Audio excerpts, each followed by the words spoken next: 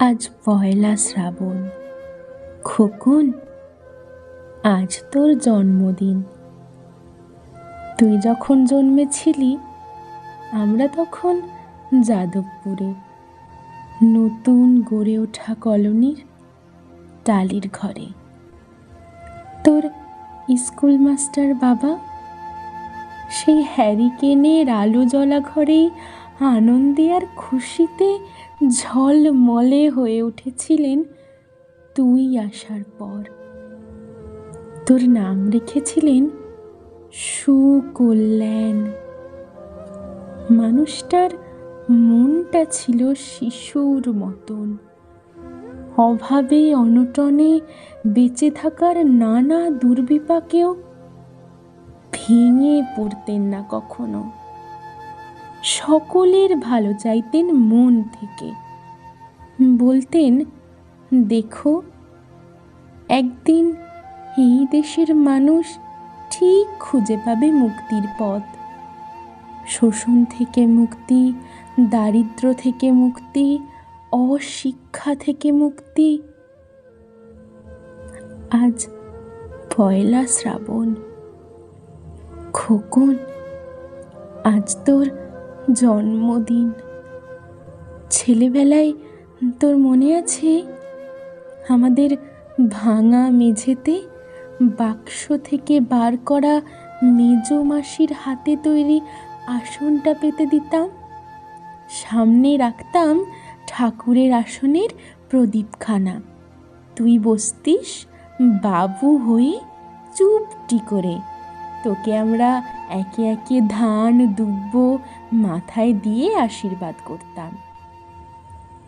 বাবা বলতেন, বড় হও, মানুষ হও। তোর বাবার সেই বন্ধু ঘোষ কাকু, তিনি বলতেন, বেঁচে বড়তে থাকো। তুই জিজ্ঞেস করতিস, মা, বড়তে থাকা মানে কি মা? আমি শুধু তোর মাথায় ধান দুব্বই দিতাম, বলতাম না কিছুই। শুধু মনে মনে বলতাম, ঠাকুর, আমার খোকনকে মস্ত বড় মানুষ করে তোলো। আমার খোকন যেন সত্যি মানুষ হয়, ওর যেন কখনো কোনো বিপদ না হয় ঠাকুর। অভাবের সংসারে ওই একটা দিন কষ্টের পয়সায় একটু বাড়তি দুধ নিতাম, পায়েস রান্না করে দিতাম তোকে। তুই খুব ভালোবাসতিস পায়েস খেতে।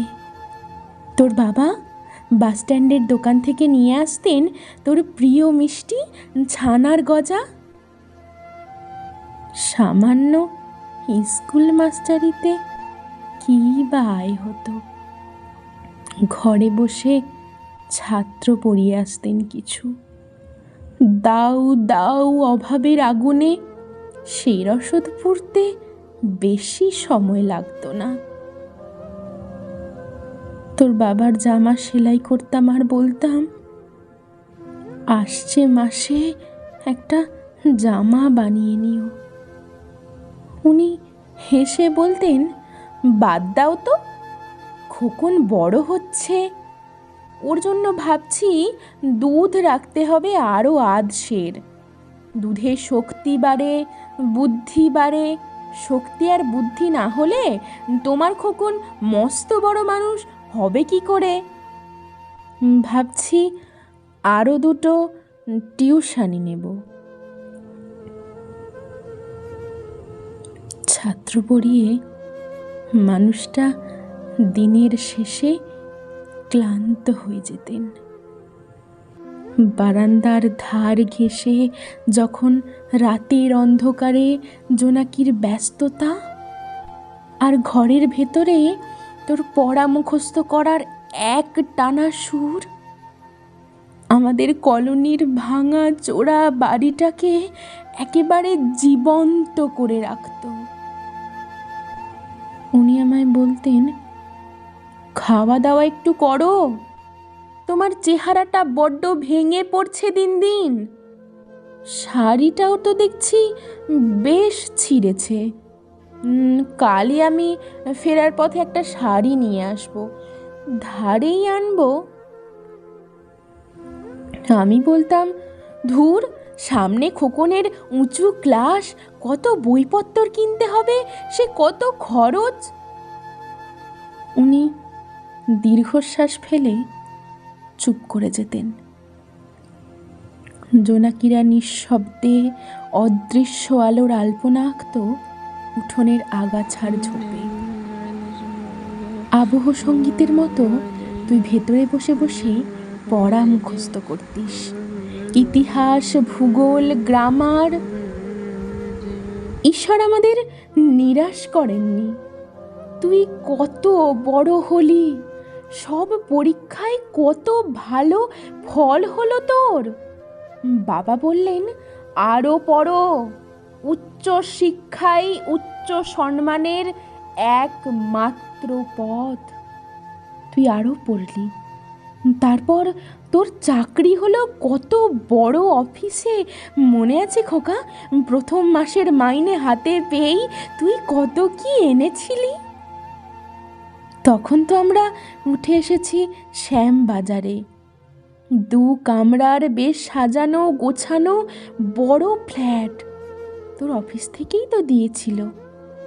সেই বাড়ি, সেই ঘর, সেই ব্যালকনি, কত স্মৃতি, কত ছবি।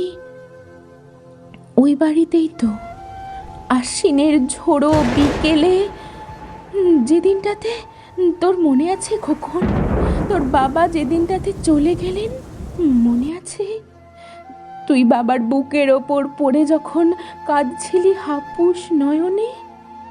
সদ্য স্বামীহারা আমি সেদিন তোর সেই অসহায় মুখ দেখে আরো বেশি করে ভেঙে পড়েছিলাম। তোকে বুকে টেনে নিয়েছিলাম ছোটবেলার মতো, বলেছিলাম, কাঁদিস না খোকন, আমি তো আছি। আজ 1 শ্রাবণ। কলকাতা থেকে অনেক দূরে মফস্বলের এই বৃদ্ধাশ্রমে আমি একেবারে একা খোকন।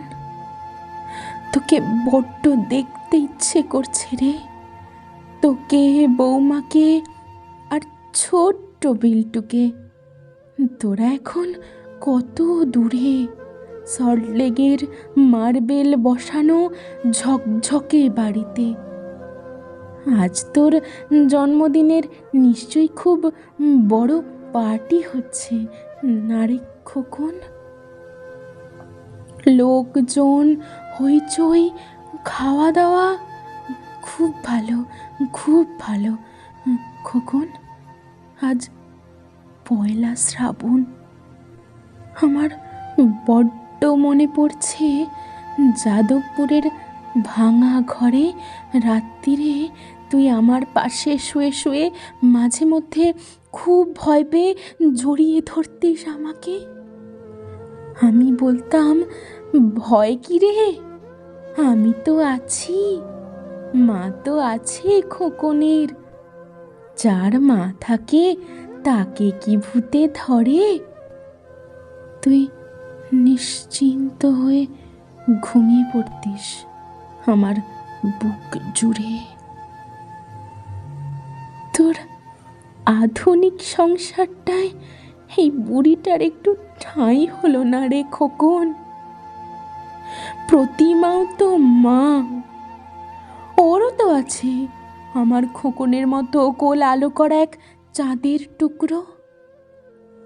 কিন্তু সময়ের কি আশ্চর্য পরিবর্তন খোকন। তুই বোধহয় এখন আর পায়েস খাস না, না রে? তুই জানিস না খোকন, আজ আমি সকালে পায়েস রান্না করেছি। হ্যাঁ, তোরই পাঠানো টাকায়।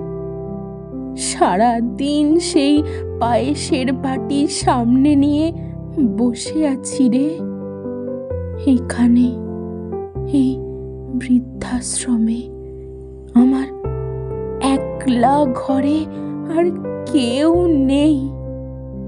তুই একবার আসবি খোকন, একবার, শুধু একবার।